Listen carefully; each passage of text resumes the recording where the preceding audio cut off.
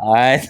So ayun wala namang masama talaga sa pagiging bading. Ulit-ulitin ko talaga to, walang masama. Yes, sir. Wag nyo lang din kami pigilan mag-influence sa mga kapwa namin Yeah. na okay lang maging pangit ka na lalaki and striving, yeah. Yeah. Mahirap, yeah. Yeah.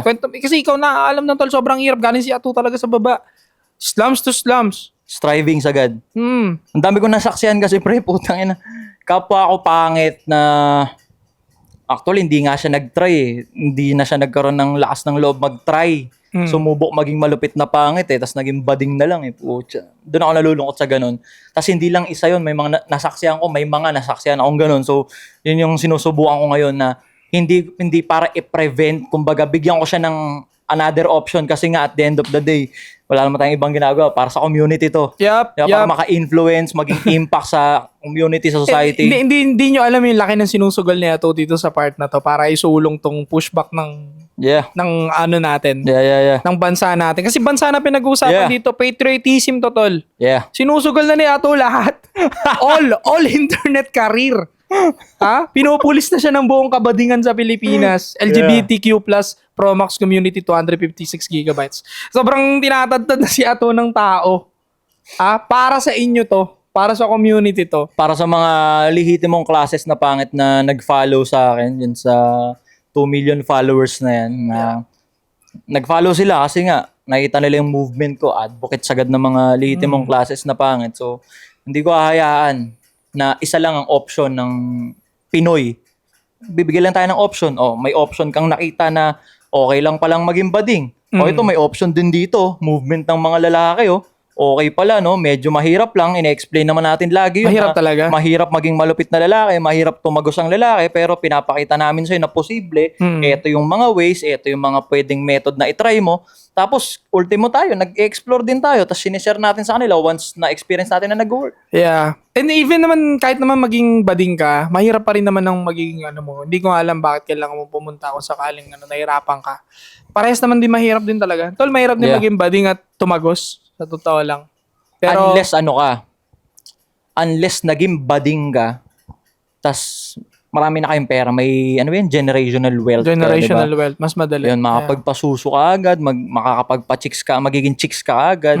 May privilege ka, makuha mo agad yung beauty privilege type shit sa mundo. Kasi kung pangit ka, tapos naging bading ka, wala kang pera, sobrang hirap. Ang hirap na nga maging lalaking pangit Tapos nagbading ka pa, mas mahirap.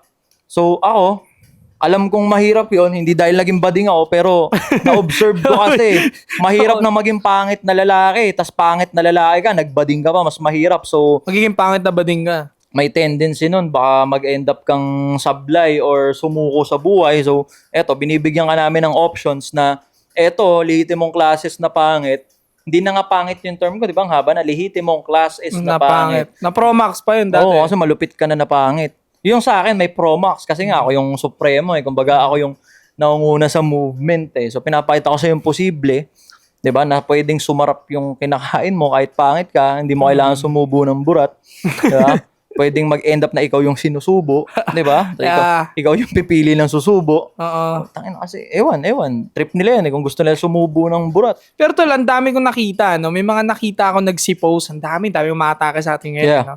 Na parang proud siya na yung mga tao, iba-iba sila May ibang hindi proud, galit sila sa anak nila na bisexual. Meron akong nakita rin na mga nagpo-post na proud sila. May mga idol nga tayong rapper na hindi natin i-drop name. May mga idol tayong rapper na tanggap nila na naging gay yung anak nila. Naging gay sila. May mga nag-post din na proud sila na ganito yung mga anak nila. Anong take mo dun sa part na yun, pare? Sa akin talaga hindi magbabago yung take ko doon. Nasa environment talaga yon. Nasa environment talaga yon. Like for example, may tendency na kunyari, hassle sagad kang lalaki. Tapos dumating sa punto na nakapag-anak ka na, hassle sagad ka pa rin, wala ka dun sa bahay. Di mo naiwan sa nanay. Tas yung nanay may mga barkadang lagi ang kasama, mga kumare, puro babae kasama. Yung mga anak nung kumare, babae. Nasa environment talaga, pre. Walang role model na matikas. In short. Tignan nyo yung mga yung mga magkababata na batang lalaki, na mga batang lalaki, na mga nahilig sa sasakyan, bakit sila lumaking car guy? Kasi bata pa lang sila, ang kasama nila lagi, mga tatay nila, habang nag-iinom, nagba-barbecue, tas andyan yung mga sasakyan. So yun yung kinalakihan nila, umiidad silang nahihilig sa Car sasakyan. enthusiast. Yeah. Ganun yun, ganun nakikreate ang bading or kung ano mang gender. Pinipilit kasi nila na, hindi, bata pala ako, ganito na yung utak ko. Hindi, baby ka pa lang, wala kang ganun. Nung Wala. baby ka pa lang. Wala. Environment yan. Yeah. Napasama ka sa mga babae, tama yan explain niya to, mga bakla din na bata. No, puro malalambot kasama mo, wala kang role model na lalaki. That's why, unti-unting na-build sa'yo yung pagiging bading. And nothing wrong against that. So, ang punto lang naman namin, kulang na rin yung mga lalaki ngayon ng role model na lalaki. Parang ganito yan, tamo. Example pa isa. Sa isang mag-asawa, pre, pag nagkaroon sila ng 3 anak na lalaki, tas yung dulo babae, ang tendency yung babae sa dulo tumatapang. Tombits. Nagiging matapang na babae siya, hindi siya basta-basta. Puro lalaki nakapaligid sa kanya eh. Pero pag 4 na babae, pinanganak, dulo lalaki, yung lalaking dulo na bunso, may tendency maging bading. Malambot, oo. Nasa Kung environment hindi yun. man bading yun, feminine yung galaw. Yeah, hindi man siya bading o malambot. Feminine na pare. ganun, yung Pero parang- lalaki pare. Hindi Yeah, ganun yeah, eh. yeah. Meron. Nagiging 50-50 ka lang sa kanya. Parang ganun. Hindi yun, putangin na hindi yun pinanganak ka, ganun yung anak mo. Hindi ganun yun. Kalokohan yun, nasa environment yan. Diba? Like for example, nag-anak-anak ka. Diba? Nag-anak ka. Hindi mo na-provide ng maayos. Anak mo, puro babae. Hindi ka nakapag-provide ng maayos, hindi ka matigas, wala kang resources. So, wala silang kakayahan magpakikay. Wala silang kakayahan maging babaeng Barbie type shit. So in Tayo short, wala eh. baka kaya naging tombits yung mga anak ninyo. Or Wala bading. kayong pera. Kasalanan ng magulang. Oo, hindi nyo maibigay yung laro. Kasi tol yung laruan, doon din nag-start eh. Pag binigyan mo ng mga laruang pangluto-lutuan yan, yung mga pang kikay-kikay na Yeah. magiging bakla talaga yung bata. Yeah. Malaki tendency. May kipaglaro rin sa babae yan. Bakla-baklaan sila doon. Make-up-make-upan sila. Yun ang binibigay mo laruan eh. Yeah. Pero kapag laruan, binibigay mo puro panglalaki, no? Mga barel, mga bola, pang basketball. Hindi makakailigan yan. Mas Meron- pinapakita mo rin. Meron daw kasi bata pa lang ang gusto daw talaga Barbie, hindi baril. Kasi nga yung environment niya, puro babae. Oo. Puro babae na nagba-Barbie na binibisan nila yung Barbie. Siyempre, yung Barbie, nag-iisang... paper Barbie doll. di ba? Yeah. Nauso yun. Lahat ng mga naglaro nun sa amin, puro bakla na. Yeah, alam mo. Mga kababata ko. Alam mo. Oo, totoo yung sinasabi Real talk. mo. Yung paper, nakita ko rin yun nun eh. No? Yung dinadamit-damitan. Pag may kalaro kami bumibili nun, uy, putya, ba't yun ang binibili mo para sa pera mo?" Ganun eh. Oo. Bading. Kami trumpo binibili namin sa'yo. Trompo, text, pogs. Sa'yo paper Barbie doll, di ba? Yung mura. Yung tinatayo lang siya na, puta na. Ay, bading sila, tol. Lalaruin mo lang yun. Ako, actually, nilaro ko yun. Pero dahil nilalaro siya nung crush ko, tapos bumibili siya nung partner. Partner yun eh. May barbing lalaki. May barbing... Tinatayo yun eh. Pag crush ko siya, yung crush ko yung babae yun. Yun, kunyari. There's nothing wrong to Yeah. play with that. Walang problema doon kasi inosente ka pa ng bata Yeah. na yun eh. Ang pinupunto lang, kung hindi mo natigilan yon, Yeah. malamang magtutuloy-tuloy ka. Yes, sir. Pag sunod-sunod yung ganun, hindi, nahilig ako sa basketball ng bata eh. Tapos yun na, puro lalaki na yung naging tropa. Nasa environment yan. Nasa environment. Magiging tibo, magiging bading, or magiging kung ano man tawag dyan sa, magiging LGBTQ member yung anak mo. Depende yan sa kung paano mo siya pinalaki. Yeah. Kung anong environment yung inalaw mo na makalakihan niya. Let's talk about bullying. Alright? May good side and bad side ang bullying. Yeah. Kasi kung walang pambubuli dati ng mga tayong mga lalaki noon, mas marami maliligaw ng landas o baka napunta sa masamang bisyo o kaya hindi naging tuwid yung landas kasi binubuli, di ba? Yeah. May maganda ring punto yung bully, lalo pag babakla-bakla ka ng bata. Lalambot-lambot ka, babading-bading ka. Tapos depende pa rin sa magulang yung pre. Like for example, nilait-lait ka nung kalaro mo. Bading-bading ka. Tapos sasabihin mo, pa, bading-bading daw ako. Ayusin mo kasi yung lakad mo. Ayan na. Father figure. Di ba? Pero kung yung, pa, bading-bading daw ako. Hayaan mo sila, nak. Dapat wag kang makinig sa sinasabi nila. Kung anong gusto mo gawin mo. Anak ng teteng. Di ba nakita niyo yung pagkakaiba? Mm-mm. Nakita niyo yung pagkakaiba? So nasa environment yan, nasa kung sino yung nasa paligid mo, kung paano mo pinapalaki yung anak mo. Di ba ganun din, may mga tatay, tito pa nga na ganun. Kunyari, sinapa ka ako doon, binato ako. Bumalik ka doon, sapakin mo rin. May... Oo, ganyan talaga tol. Otits ko, ganyan talaga. Sinapak ako doon. Kulit mo kasi, dito ka na lang. Huwag ka na makipaglaro dun sa mga yun, mga bad yun. Hindi pa uso 7610 dati. Alam mo Aray ginagawa ko. ng otits ko pag naargabyado ako? Binabalik ako dun sa lugar na yun. Sa court. Asan Ganyan, dyan? napapaaway ako. Hindi niya babanatan tol kasi alam niya rin na may ano siya. Yeah. May talo siya dun eh. Ang gagawin niya, uupo yun sa gilid, nasan dyan, turo mo. Ayun po, sige, lapitan mo, balatan mo. Ganun talaga tol. Yeah. Uupo yun sa gilid, ganyan, manonood lang yun. Yan. Pag dumating yung magulang nun, aakmain ako, dun siya nangingialam. Parang, Yeah, teka, away bata yan eh. Yeah. Oo, nire-resolve nilang dalawa, amo sila. Lumaki kang lalaki. Oo, pare, ganun talaga eh. Pero kung yung gano'n na may umaway sa'yo, Oo. tapos sinabi sa'yo ng tito mo, sino ba nauna? Ganon, yung parang wala talagang Hindi, huli na namin pinag-uusapan yan. masama kasi alam mo, kahit sinong nauna, hindi talaga magandang pakikipag-away. Asan dyan, tara, magsusorry tayo. Puta na, ikaw yung inaway, ikaw pa Maganda rin yan, pero hindi palaging yan yung resolve na Yeah. maganda. Kasi sa akin nun, ang nangyayari, pag after namin ma-resolve yun, pre, ng ganon, nakakabawi ako. Yeah. O kaya minsan, ako yung lamang, ang nagsusumbong naman yung kalaban. Pinaparating yung sa tito ko. Yan. Yeah. Saka na nire-resolve yun, pre, after makabawi. Yeah. Saka ako papagalitan ngayon. Alam mo, hindi maganda yun. Para ma-retain yung pagkalalaki mo. Yun eh. Yeah. Binuo niya sa akin yung gano'n eh. Mga tito ko gano'n, pre. Rest back talaga eh.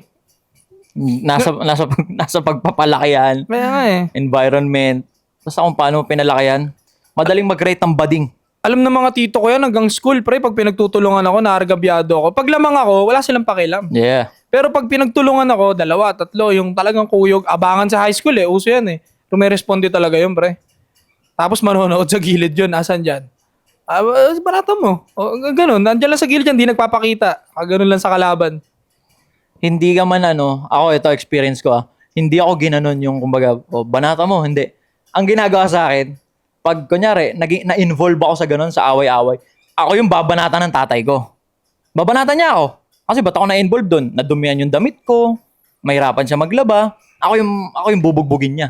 Ngayon, ako, pag napupunta ako doon sa labas, hindi na ako papayag na makipag-away. Kumbaga, makipag-away man ako, papalag ako para di mo ako madumihan, hindi ako masugatan. Kasi pag umuwi akong may galos ako, may sugat ako, bubugbugin ako eh. Mm. So, mas pumapalag tuloy ako. Pero walang softness na ganito kasi yan. Ay na, kasi lalaki ka nga malambot pag ganun. Oo. Di ba? Ayun, pucha, parang kang pinanday na espada nun. Puta, ikaw na yung naargabyado, ikaw pa binanatan. Pag labas mo ngayon dun sa field, puta, aayusin mo yung pag-encounter mo na pag may hindi ka maiwasan na away talaga, may away, magiging malupit ka Oo. para di ka magalusan, di ka masugatan. Kasi pag nagalusan ka, nalaman tatay may pag-away ka, yari ka eh. Pero hindi naman ako ginaganyan pag napapaaway ako. Pero maganda ring turo yun para pumalag ka sa sarili mo, di ba? Yeah. Ayun nga lang, magkaiba ng atake sa atin. Sa akin kasi gusto nila pumalag ako ng pumalag eh. Yeah. Ang gusto ng mga otits ko, ng airmat ko, pati nga airmat ko eh. Again, medyo yung lahi namin palaaway eh, you know. Gusto nila pumalag talaga ako pare. Palagi yun. Kasi pag nadumihan ako, tinatanong na kagad nila anong nangyari sa'yo, napaaway ka no. Yeah. O bumalik ka doon. Lagi na lang ginaganon pre, bumalik ka doon, bumawi ka doon. Ganun lagi. Tayo kasi mababadrip siya. Like for example, nawawala yung tsinelas. Bakit? Kasi kami doon nagkagulo doon sa may sapa. Nagkaaway-away doon, nawala yung tsinelas ko. Babanatan ka nun, tangina, gagastos tuloy. Kasi yung tsinelas mo, nasugatan ka. Ang ina mo kasi, nasugatan ka tuloy. So, yung sayo, kumbaga, attack position eh. Yung sa akin ang tinuro maging defensive defensive position. Oo. Yun, pero Sa akin, retaliate. Parang, yeah, lalaki pa rin, di ba? Lalaki pa rin. Walang softness na, nakipag-away ka na, sugatan ko, gamutin natin. ngayon may reason ka na ngayon para, tangina, huwag niyo ako galawin kasi Oo. yari ako mamaya eh. Oo. Di ba? Tangina, pag makulit ka, magkukulitan tayo dito para hindi ako yung maargabyado dito kasi hindi ako pwedeng umuwi na may sugat or dumi Oo, sa pre. damit. Siguro, alam nyo, maganda nga rin tinatanong yan eh, kung may away ka ba na panalo. Kasi, Yeah. para sa akin pare, napakahalaga din ng batang suntukan na dapat may napanalo ka. Wala akong napanalong away. Puro nababanatan ako. Tingin ko pero may factor din yung napapalabang ka dapat. Mapapalabang ka, pero putangin na at the end of the day, parang nakagat ko labi ko, siya okay lang, ganun. Wala akong pinanalo suntukan. Kasi napakapayat ko dati, pre. Ah, talaga? Binugbog ako ng unggoy dati. Unggoy? Oo, bata pa ako, natatandaan ko yun, binugbog ako unggoy. Unggoy talaga? Oo, unggoy Kasi na... maliit? Hindi naman maliit. Malaking unggoy. Ba't ka ginalpin ng unggoy? Pero hindi siya gorilla. Unggoy pa rin siya. Nahablot niya Bago ako. gorilla, patay ka. Oo nga eh.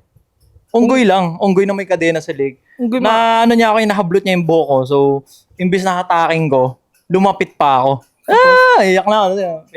Pinagsampal niya ako. Bago nangangagat yun, pre. Oh, kalmot ba? Oo. Yan, tapos tinurukan ng anti-rabies. Oh, bubulagin ka nun. Ang bubulag yan eh. Ang mga unggoy. Wala akong pinanalong away nun. Ultimo unggoy, tol. 1-0 ka. Ha? Ultimo unggoy, 1-0. Napakapayat ko dati nung pre. Alam niyo na mga kalaro ko dyan sa Gumaok. Ang Pucha, ina. napakapayat ko nun pre. Napakaliit ko. Pwede mo akong isa ako. Unggoy, 1-0 kay Ato. 0-1 si Ato sa unggoy. Aray ka! Pero kasi bata ka pa nun, diba? Yeah. Bata ko. Ngayon mo, tayo na natin nga unggoy ng po. Babalatan niya unggoy ngayon. Diba? Anyway, balik tayo doon sa topic. Nagiging bading ang isang tao, isang bata, nagiging part yan ng LGBT, hindi dahil pinanganak siyang ganyan na. Hindi. Dami akong masculine role kasi masculine role model kasi nung bata eh. Yun nga, yung otits ko, ang dami kong otits, pre. Ilan sila magkakapatid kasi? 6, di ba? Yeah. Tapos may isa pa akong otits dun na napapunta kami ng Antipolo dahil may sinaksak siya dun dati sa Aray ko. sa lugar nila, pare.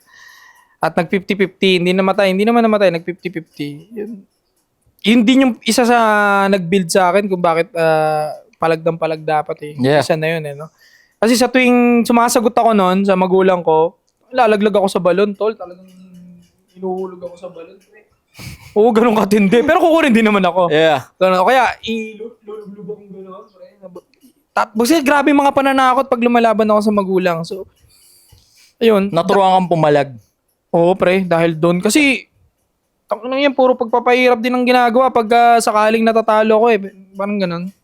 Kami rin. Natuto kami Galit na pumalag. galit nanay ko pag argabyado ako. Siyempre. Nanay ko, di ba, yung airpot, ganyan, lahat. Galit na galit sila pag argabyado. Ang ginawa mo? Yun ang unang tanong, di ba? 7 years old ka, 6 years old ka, uwi ka, dumi mo. Pak. Yung mga kalmot-kalmot ka, pak. Tatanungin nila, ganyan nga sa'yo, napaaway ka, no? Wala silang pake kung napaaway ka. Ang pakialam nila, anong ginawa mo? Oh, anong ginawa mo? Oh, anong ginawa pagkatapos? Wala. Oy, ganito ganyan Galit eh. na galit sila. Tapos tatawa lang kanila. Mapapahiya ka tuloy sa kanila. Nasa ano talaga. Sa akin, pinababalik nila ako talaga eh. Bumalik ka doon, bumawi ka. kung hindi pwede ngayon, wag kang umatungal dito. Balik ka doon. Nakais ka sa harap kung hindi pwede ngayon, bukas, sa school yun, halimbawa sa school, bawian mo. Kailangan bawian mo ha. Kwento mo sa akin ha, pag hindi ka nakabawi, ganito ganyan, ikaw ang Google Paying ko. Ganun sila doon sa akin.